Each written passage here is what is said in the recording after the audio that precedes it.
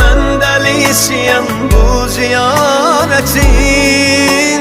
Başka çare yok, həsrətin diyəm bu ziyaretin. Mən məriziyəm, mən dəlisiyəm bu ziyaretin. Başka çare yok, həsrətin diyəm bu ziyaretin.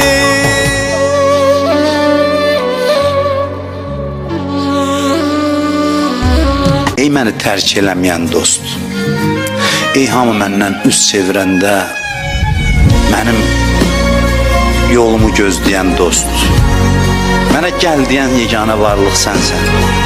İlahi, soruşmursan nə vaxta qədər, bəsdir də dair demirsən, heç vaxt demirsən. Elə hey deyirsən ki,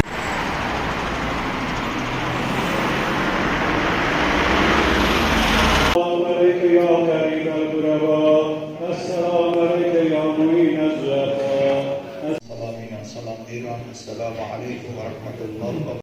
Ve hafizan ve gaiden ve nasira ve delilen reyna hatta tuzkinehu erzek. Yüreklerin penahı İşit Allah derdimi bu ahlarını Rahmeyle bağışla.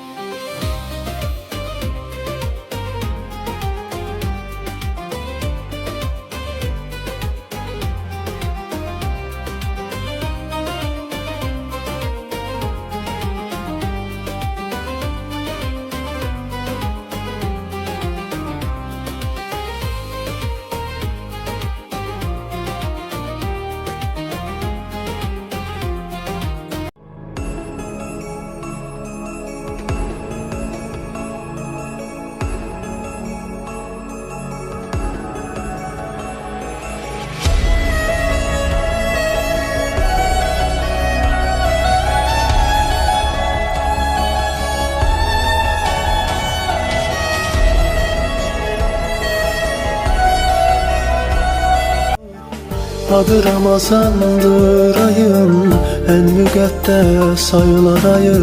Allah'tandır bu kul payı, bu kul payı.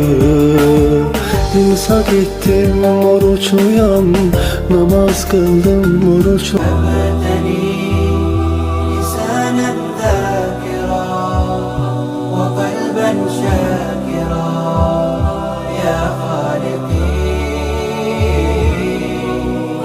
إنني سعيد عشت من جديد.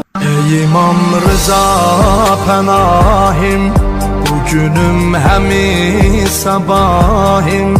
Ey mənim vəfalı şahim, yenə sənə gəldim.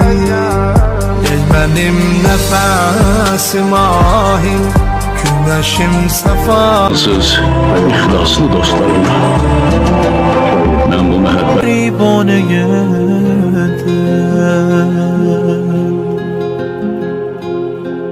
Salam beni bağışla ey Xuda, canım ola sənə fəda. Yoxumdur özgə bir qapım, gedim ki eyləyim rica o əhli beytinə. Xatir bağışla ya Rəbb.